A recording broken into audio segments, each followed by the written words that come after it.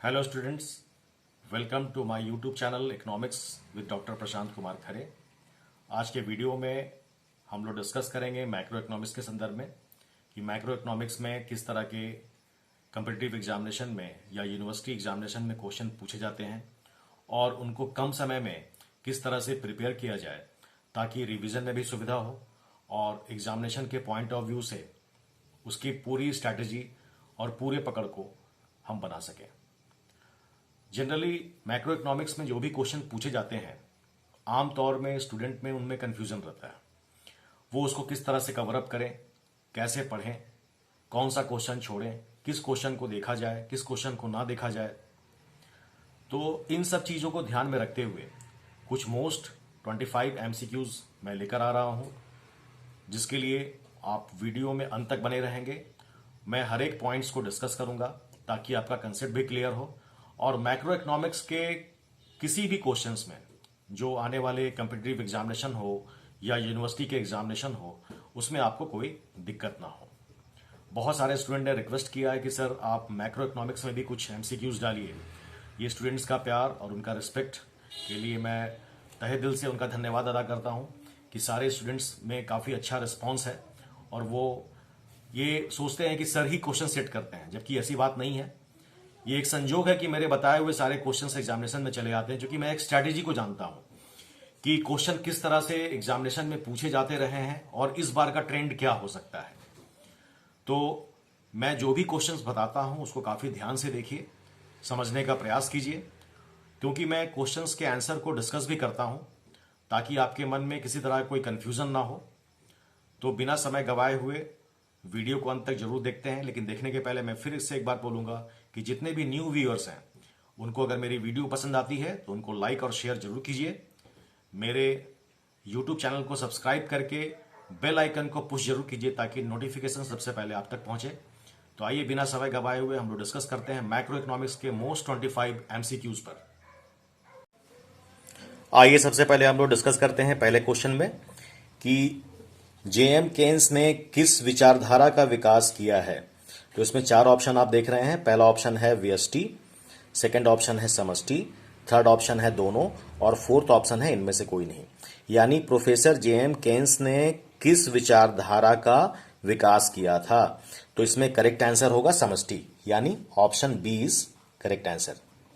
समष्टि यानी मैक्रो, ये मैक्रो विचारधारा को प्रोफेसर जेएम केन्स ने ही विकसित किया था, क्योंकि 1936 में उनकी किताब आई थी जनरल थ्योरी, और जनरल थ्योरी के बाद जितने भी क्लासिकल इकोनॉमिक्स के विचारधारा थे वो काफी ध्वस्त हो चुके थे, और जेएम केन्स ने ही उस वर्ल्ड वाइड रिसेशन जो 1929 से 30 के बीच में थी उसको बहुत तरीके से सुधारा, और समष्टि अर्थशास्त्र या मैक्रो इकोनॉमिक्स का सही मायने में उदय उन्हीं के समय हुआ था। इसलिए इसका करेक्ट आंसर होगा ऑप्शन बी। फिर बात करते हैं नेक्स्ट क्वेश्चन कि समष्टि अर्थशास्त्र में अध्ययन किया जाता है।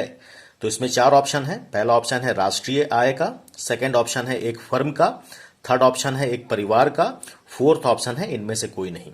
तो समष्टि अर्थशास्त्र में हम एग्रीगेट चीज का यानी संपूर्ण चीजों का अध्ययन करते हैं। तो यहां पर करेक्ट आंसर होगा ऑप्शन ए, यानी राष्ट्रीय आय। तो राष्ट्रीय आय जो है यानी नेशनल इनकम जो है वो मैक्रो इकोनॉमिक्स के अंतर्गत आता है। तो समष्टि अर्थशास्त्र में हम अध्ययन किस चीज का करते हैं, राष्ट्रीय आय का। फिर देखते हैं थर्ड क्वेश्चन। थर्ड क्वेश्चन है हिक्स और हैरड ने निम्न में से किसका समर्थन किया। तो इसमें 4 ऑप्शन आपके पास दिख रहा है। पहला ऑप्शन है समष्टि स्थैतिकी, सेकंड ऑप्शन है समष्टि प्रावैगिकी, थर्ड ऑप्शन है दोनों और फोर्थ ऑप्शन है इनमें से कोई नहीं।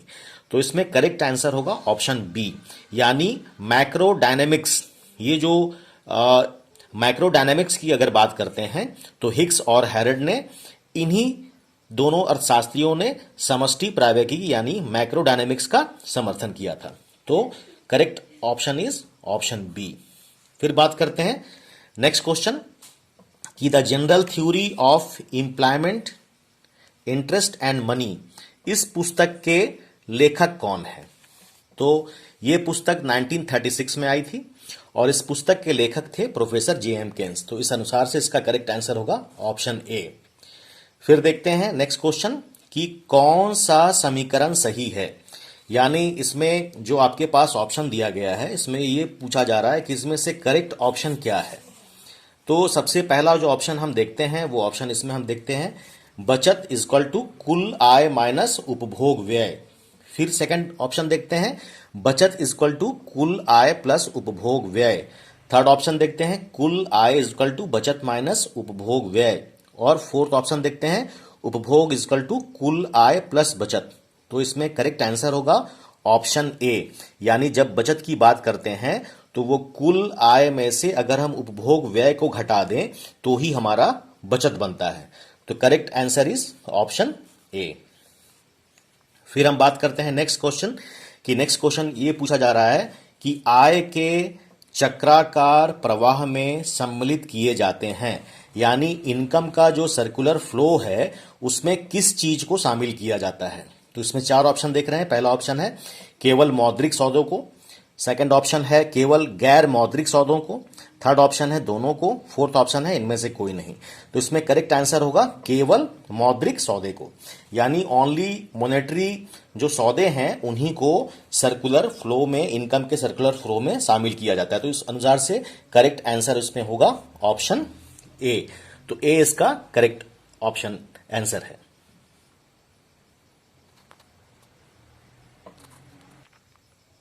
फिर नेक्स्ट क्वेश्चन देखते हैं। नेक्स्ट क्वेश्चन है कि विदेशी व्यापार को आय के चक्रीय प्रवाह के किस मॉडल में सम्मिलित किया जाता है। तो इसमें चार ऑप्शन आप देख रहे हैं। पहला ऑप्शन है 4 क्षेत्रीय अर्थव्यवस्था, फिर सेकंड ऑप्शन है 3 क्षेत्रीय अर्थव्यवस्था, थर्ड ऑप्शन है दोनों, और फोर्थ ऑप्शन है इनमें से कोई नहीं। तो जो विदेशी व्यापार है, विदेशी व्यापार को आय के चक्रीय प्रवाह के हम 4 क्षेत्रीय अर्थव्यवस्था मॉडल में सम्मिलित करते हैं। तो इसका आंसर होगा ऑप्शन ए। फिर देखते हैं नेक्स्ट क्वेश्चन कि मुद्रा वह धुरी है जिसके चारों ओर अर्थ विज्ञान चक्कर लगाता है। ये स्टेटमेंट बहुत इंपॉर्टेंट है और नीचे देख रहे हैं कि इसमें चार ऑप्शन दिया गया है। पहला ऑप्शन है मार्शल, सेकंड ऑप्शन है एडम स्मिथ, थर्ड ऑप्शन है पीगू, फोर्थ ऑप्शन है केन्स। तो ये जो स्टेटमेंट है मुद्रा वह धुरी है जिसके चारों ओर अर्थ विज्ञान चक्कर लगाता है, यह स्टेटमेंट मार्शल का है। तो करेक्ट आंसर इज ए। फिर देखते हैं नेक्स्ट क्वेश्चन कि नियोजित अर्थव्यवस्था कितने प्रकार की हो सकती है। तो इसमें पहला ऑप्शन है समाजवादी अर्थव्यवस्था, सेकंड ऑप्शन है मिश्रित अर्थव्यवस्था, थर्ड ऑप्शन है दोनों, और फोर्थ ऑप्शन है इनमें से कोई नहीं। तो जो प्लान्ड इकोनॉमी होती है उसके जब प्रकार की बात करते हैं तो जनरली वो 2 प्रकार की होती है। तो इसमें करेक्ट आंसर होगा सी, दोनों, यानी समाजवादी अर्थव्यवस्था और मिश्रित अर्थव्यवस्था दोनों। तो इसमें करेक्ट आंसर होगा ऑप्शन सी। फिर बात करते हैं नेक्स्ट क्वेश्चन की परचेजिंग पावर ऑफ मनी, इस पुस्तक के लेखक कौन है। तो परचेजिंग पावर ऑफ मनी पुस्तक के जो लेखक हैं वो थे इरविंग फिशर, जिन्होंने 1911 में इस पुस्तक को लिखा था। तो इसमें करेक्ट आंसर होगा ऑप्शन ए। फिर देखते हैं नेक्स्ट क्वेश्चन, मुद्रा के परिमाण सिद्धांत में विनिमय समीकरण यानी एक्सचेंज इक्वेशन किसने प्रतिपादित किया था। ये बहुत इंपॉर्टेंट क्वेश्चन है, बहुत सारे कॉम्पिटिटिव एग्जामिनेशन में भी पूछे गए हैं और यूनिवर्सिटी के एग्जामिनेशन में भी कई एक बार रिपीट किए गए हैं। तो ये क्वेश्चन स्टूडेंट जरूर ध्यान दे दीजिएगा, ये क्वेश्चन बहुत इंपॉर्टेंट है। तो इसमें 4 ऑप्शन दिया गया है, Fisher, Robertson, Keynes and Pigou. तो इसमें करेक्ट आंसर होगा फिशर, यानी फिशर जो थे उन्होंने ही विनिमय समीकरण यानी एक्सचेंज इक्वेशन को प्रतिपादित किया था। फिर नेक्स्ट क्वेश्चन हम लोग देखते हैं। नेक्स्ट क्वेश्चन इसमें है कि मुद्रा का चलन वेग संबंधित है। तो मुद्रा का चलन वेग किस चीज से संबंधित है। 4 ऑप्शन दिया गया है। पहला है मुद्रा के परिमाण सिद्धांत से, सेकंड ऑप्शन है आय के सिद्धांत से, थर्ड ऑप्शन है ब्याज के सिद्धांत से, और फोर्थ ऑप्शन है इनमें से कोई नहीं। तो इसमें करेक्ट आंसर होगा मुद्रा का परिमाण सिद्धांत से, यानी ऑप्शन ए। तो वेलोसिटी ऑफ मनी जो है, मुद्रा का चलन वेग जो है, यह संबंधित है मुद्रा के परिमाण सिद्धांत से। कभी कभी ये क्वेश्चन पूछा भी जाता है कि मुद्रा का चलन वेग क्या है, यानी वेलोसिटी ऑफ मनी क्या है, यानी कि एक बार कोई भी पैसा एक पूरे दिन में एक उपभोक्ता से लेकर अंतिम उपभोक्ता तक जितनी बार वो सर्कुलर फ्लो में चलती है उसका काउंटिंग ही हम कहते हैं चलन वेग, यानी वेलोसिटी ऑफ मनी। तो ये मुद्रा के परिमाण सिद्धांत से संबंधित है। तो उस अनुसार से इसका करेक्ट आंसर क्या होगा, ऑप्शन ए। तो ऑप्शन ए इसका करेक्ट आंसर है। फिर बात करते हैं नेक्स्ट क्वेश्चन। नेक्स्ट क्वेश्चन है कि नगद भुगतान समीकरण का प्रतिपादन किसने किया था। तो इसमें चार ऑप्शन दिया गया है। पहला ऑप्शन है फिशर, सेकंड ऑप्शन है बीगू, थर्ड ऑप्शन है केन्स और फोर्थ ऑप्शन है एडम स्मिथ। तो जो कैश भुगतान समीकरण था ये प्रतिपादन किया था प्रोफेसर इरविंग फिशर ने। तो इसका करेक्ट आंसर होगा ऑप्शन ए। फिर बात करते हैं कैम्ब्रिज समीकरण में किस अर्थशास्त्रियों का योगदान है। तो स्टूडेंट्स यहां पर ध्यान देना है कि कैम्ब्रिज समीकरण मतलब जो क्वांटिटी थ्योरी ऑफ मनी है उसमें कैम्ब्रिज इक्वेशन में किन किन अर्थशास्त्रियों का योगदान था। तो कैम्ब्रिज एक यूनिवर्सिटी थी जिसमें चार अर्थशास्त्रियों ने योगदान दिया था जिनका नाम था मार्शल, पीगू, रॉबर्टसन और केन्स। तो यहां पर जो भी आपके पास ऑप्शन नजर आ रहा है उसके अनुसार से इसका करेक्ट आंसर होगा ऑप्शन सी, दोनों। यानी मार्शल भी थे, पीगू भी थे, रॉबर्टसन भी थे, केन्स भी थे, यानी correct option is answer C. फिर देखते हैं नेक्स्ट क्वेश्चन, स्फीतिजनक अंतर यानी इन्फ्लेशनरी गैप संबंधी जो सिद्धांत है उसका प्रतिपादन किसने किया था। तो इन्फ्लेशनरी गैप की बात प्रोफेसर केन्स ने कहा था। तो correct answer is option A. फिर बात करते हैं नेक्स्ट क्वेश्चन कि मुद्रास्फीति का प्रभाव ऋणियों और ऋणदाता वर्ग पर क्या पड़ता है। यानी इन्फ्लेशन जब आता है तो उसमें ऋणी वर्ग और ऋणदाता वर्ग पर उसका क्या प्रभाव पड़ता है। तो इसमें चार ऑप्शन देख रहे हैं। पहला है ऋणी को लाभ, ऋणदाता को हानि, सेकंड है ऋणी को हानि, ऋणदाता को लाभ, थर्ड ऑप्शन है ऋणी और ऋणदाता दोनों को लाभ, फोर्थ ऑप्शन है ऋणी और ऋणदाता दोनों वर्गों को हानि। तो इसमें करेक्ट आंसर होगा ऋणी वर्ग को लाभ होता है और ऋणदाता को हानि। यानी जब भी इन्फ्लेशन होगा तो जो भी ऋण ले रखे हैं उनको तो लाभ होगा लेकिन जो ऋण दिए हैं उनको हानि होती है। तो करेक्ट ऑप्शन इज ए। फिर बात करते हैं नेक्स्ट क्वेश्चन कि मुद्रास्फीति में मुद्रा का मूल्य क्या हो जाता है। तो मुद्रास्फीति में मुद्रा का मूल्य क्या होता है। तो इसमें चार ऑप्शन दिया गया है। पहला ऑप्शन है पहले से घट जाता है, सेकंड ऑप्शन है पहले से बढ़ जाता है, थर्ड ऑप्शन है पहले से शून्य हो जाता है, फोर्थ ऑप्शन है अनिश्चित होता है। तो मुद्रास्फीति में यानी जब भी इन्फ्लेशन होगा तो परचेजिंग पावर ऑफ मनी पहले से घट जाती है। तो correct answer is option A होगा इसका करेक्ट आंसर। फिर नेक्स्ट क्वेश्चन देखते हैं कि मौद्रिक नीति का निर्माण कौन करता है। यह बहुत इंपॉर्टेंट क्वेश्चन है कि मौद्रिक नीति का निर्माण देश के केंद्रीय बैंक के द्वारा ही किया जाता है। तो इसमें करेक्ट आंसर क्या होगा ऑप्शन ए। यहां पर देख रहे हैं आपके पास चार ऑप्शन है। पहला है केंद्रीय बैंक, सेकंड है व्यावसायिक बैंक, थर्ड है औद्योगिक बैंक और फोर्थ है गवर्नमेंट। तो मौद्रिक नीति जो है मॉनेटरी पॉलिसी इसका निर्माण कौन करता है, केंद्रीय बैंक। तो करेक्ट आंसर इज ए। फिर बात करते हैं मौद्रिक नीति के साधन कितने प्रकार के होते हैं। तो मौद्रिक नीति जब भी बनती है उसमें कितने प्रकार के स्टेप लिए जाते हैं, उनको किस डिवाइड में हम बांटते हैं। तो जनरली ये दो प्रकार का होता है क्योंकि मौद्रिक नीति जब भी बनाते हैं तो उसमें जो मनी है यानी जो क्रेडिट है उसको कंट्रोल करना पड़ता है, उसको सर्कुलेशन फ्लो को बैलेंस करना पड़ता है। तो उसके लिए दो ऑप्शन लेते हैं। पहला क्या है क्वांटिटी मेथड और दूसरा है क्वालिटेटिव मेथड। तो उस अनुसार से मौद्रिक नीति के साधन को अगर हम देखते हैं तो वो दो प्रकार के होते हैं। तो correct answer is option A. तो यहां पर ए इसका करेक्ट आंसर होगा।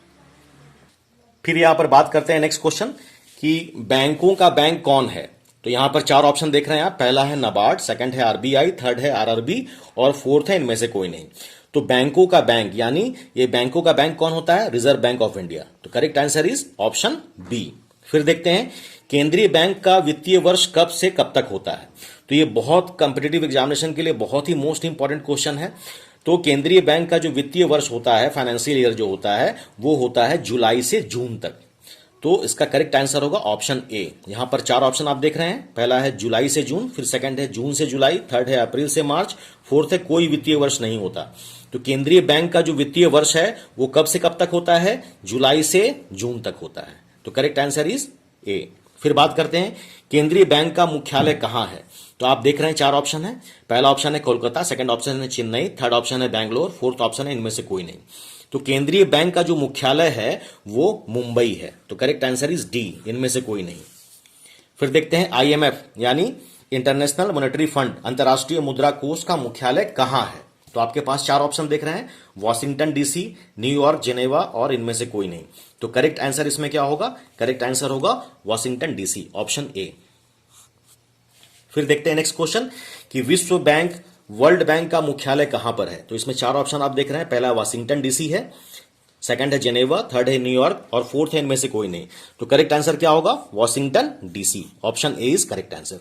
फिर देखते हैं नेक्स्ट क्वेश्चन कि ब्रेटन वुड्स सम्मेलन कब हुआ था। तो ब्रेटन वुड्स सम्मेलन जो हुआ था वो हुआ था 1944 में।